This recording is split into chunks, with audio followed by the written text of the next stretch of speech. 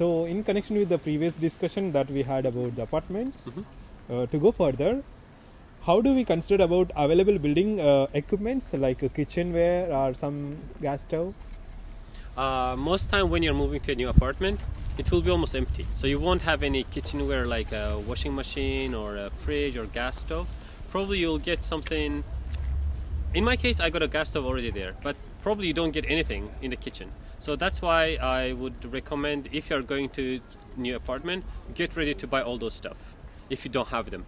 Or sometimes you can have like a propane gas or city gas, and when you move to a new apartment, it could be different than what you had. Like if you had a propane gas, you move to a new apartment, and now it is city gas. So what you should do, probably you should change your gas stove. So that's why I think you should consider that. That's the most important about the kitchen part. And also think about the kitchen sink. It happened with me, it happened with my friend. They can leak, literally, because most of the buildings are old, or if the building is old, probably you'll have a kitchen sink which is leaking. So beforehand, check it. When you'll have like tours to the houses, the real estate company will take you to the tours, then you need to check the kitchen in that case. So just open the water and see if there's any leakage. At least you can do that. And in case you have it, just contact, after you move in, contact with your real estate company or your owner of the real estate. They will fix it for you. So I think, what about this one? Like the kitchen and the wall, there is some leakage in my building. I have seen some of the rooms. So some people, I mean, they're not willing to fix it because it's not there in the contract. Actually, I think in your insurance it should be included. Okay. So you should ask the owner to do that. In my case, we had leakage. We were more worried about like the ceiling could get dark and black, and then owner could tell it's your fault. Okay. So in order to avoid that, we took the picture and video of it, and we still keep it in case when we move out and owner says it's your fault, we can show it and say not. Yeah, in continuation to the previous question, why does cooker and stove matters? The challenges to buy, you just included the answers, right? So what about this one stove and two stove? Something is there? What do you comment? I think it simply could be like if you have two stove, sometimes in the middle you'll have the third one, like the heads on the top, and then you'll have something small in the middle for kind of cooking fish or some small stuff.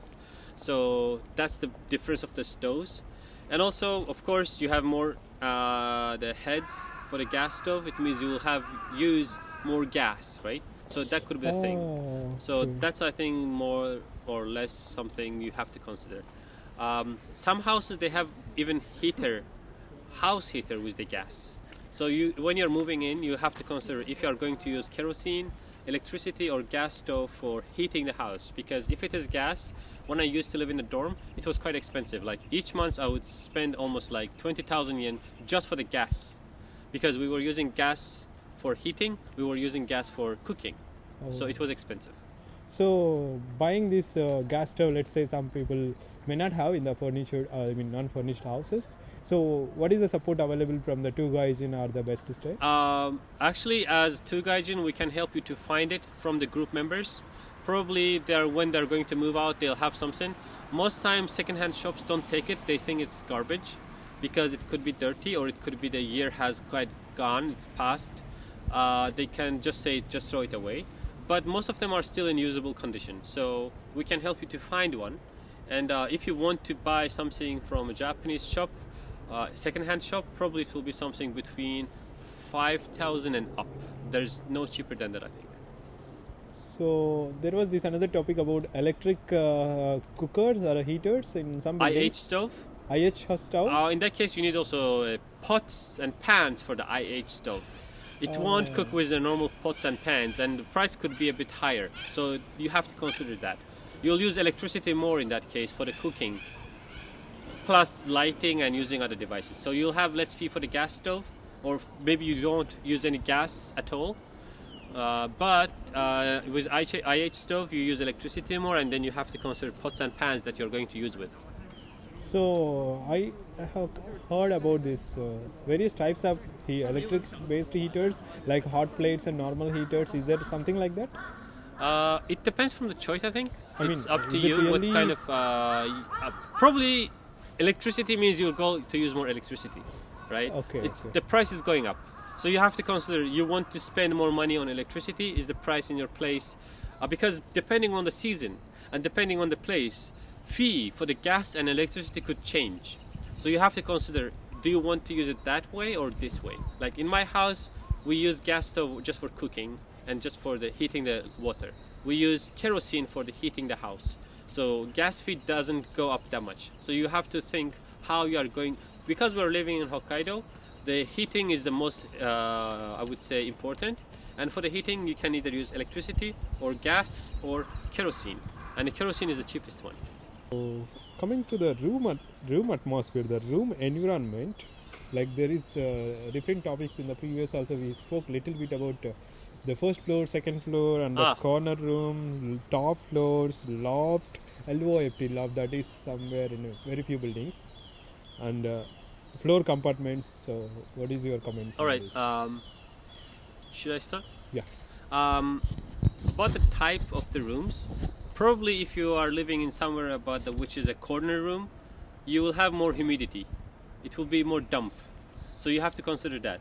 If you are living in the first floor, the will be more colder because you'll be right near to the ground. So it will be in the room. You'll need more heater and more heat for keeping it in a constant degree. So that's what you should consider.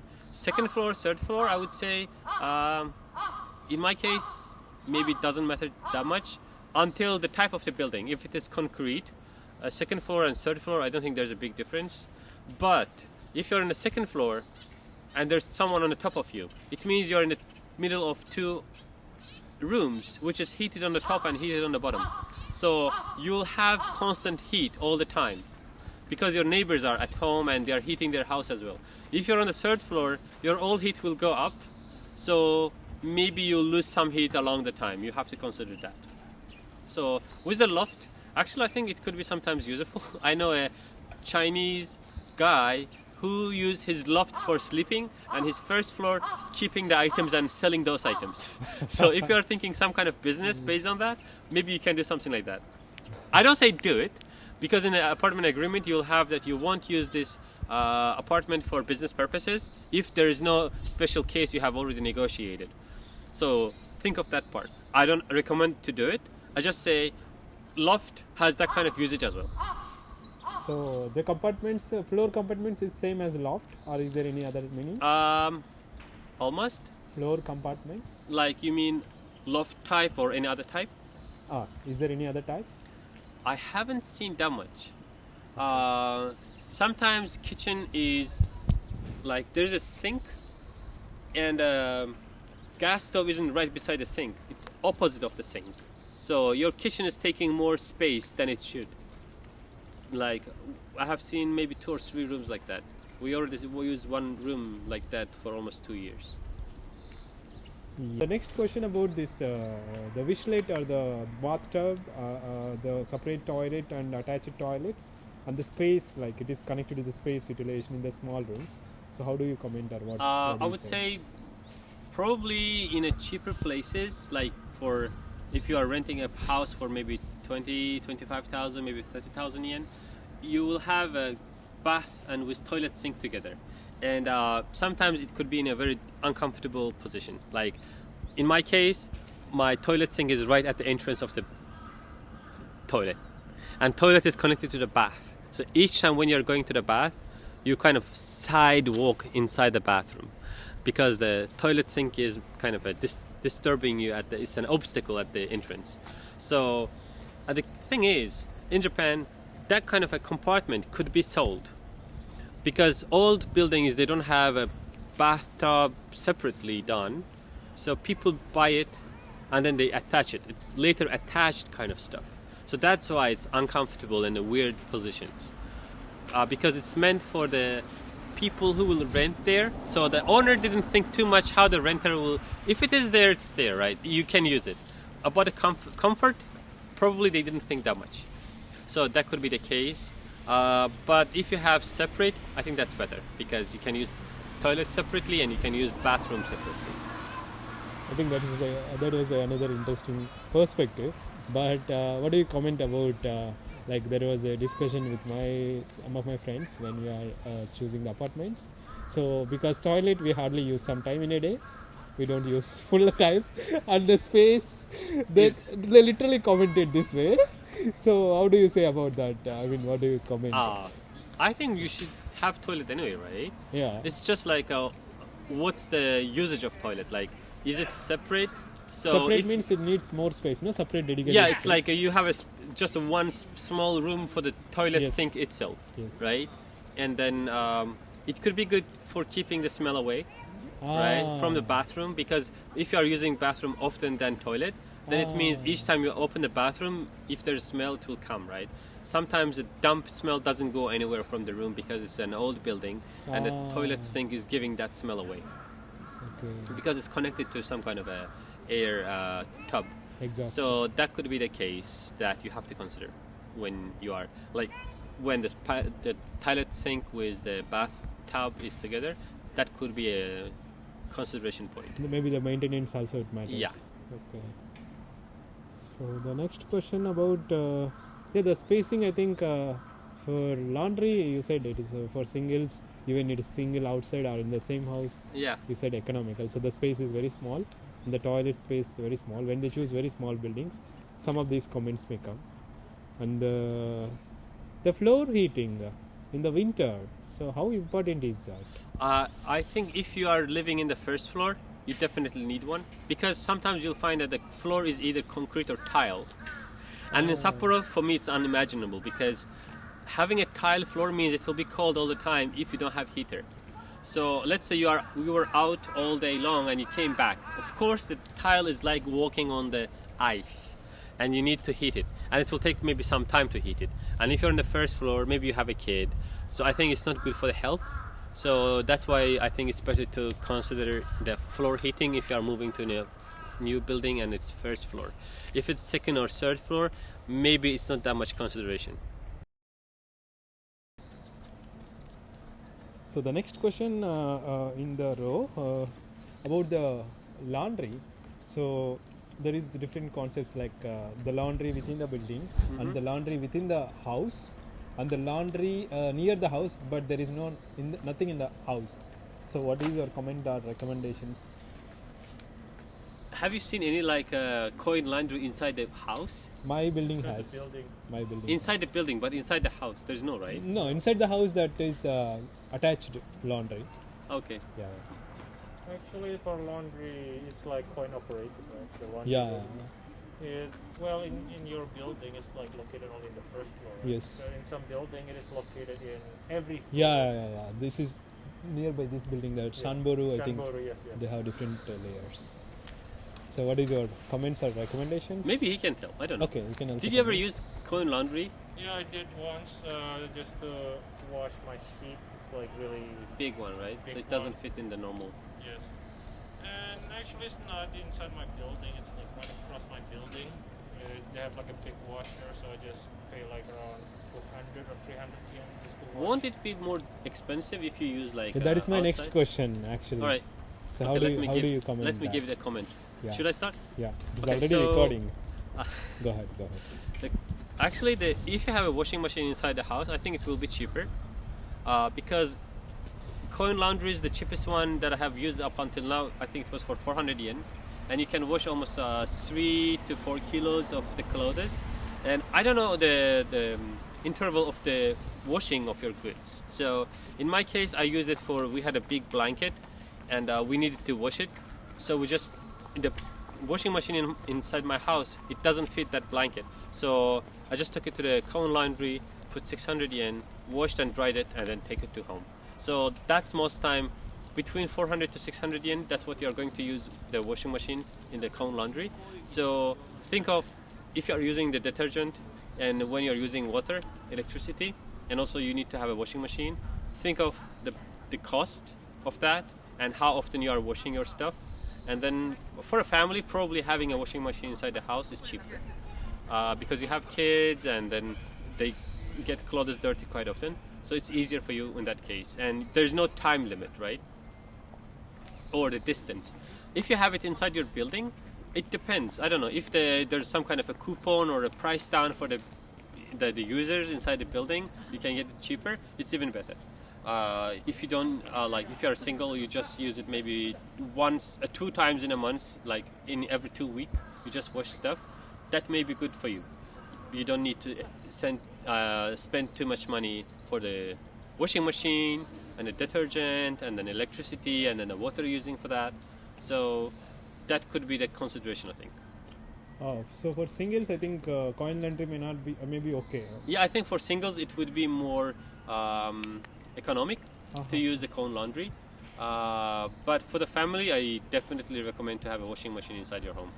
By the way, the Japanese, I think the washing machine, there are 2 types. One with the window, Yes. like the modern ones, and then you have one which is the upside, right?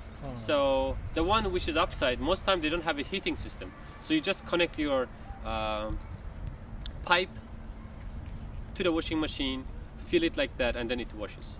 So think of that. If you have a kid and you want to wash the clothes in a high degree, do you want to do it manually, or you want the washing machine to do it for you? So that could be the consideration point when you're purchasing a washing machine.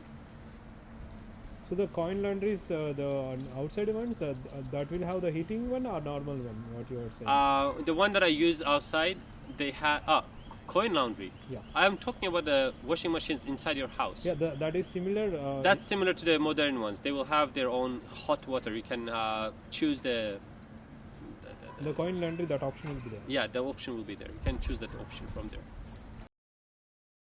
Use the drying, which is using heat. Okay, yeah, the drying. So the guaranteed fees houses without security may reduce some fees. So what was the comments or the best stay here you said in other video?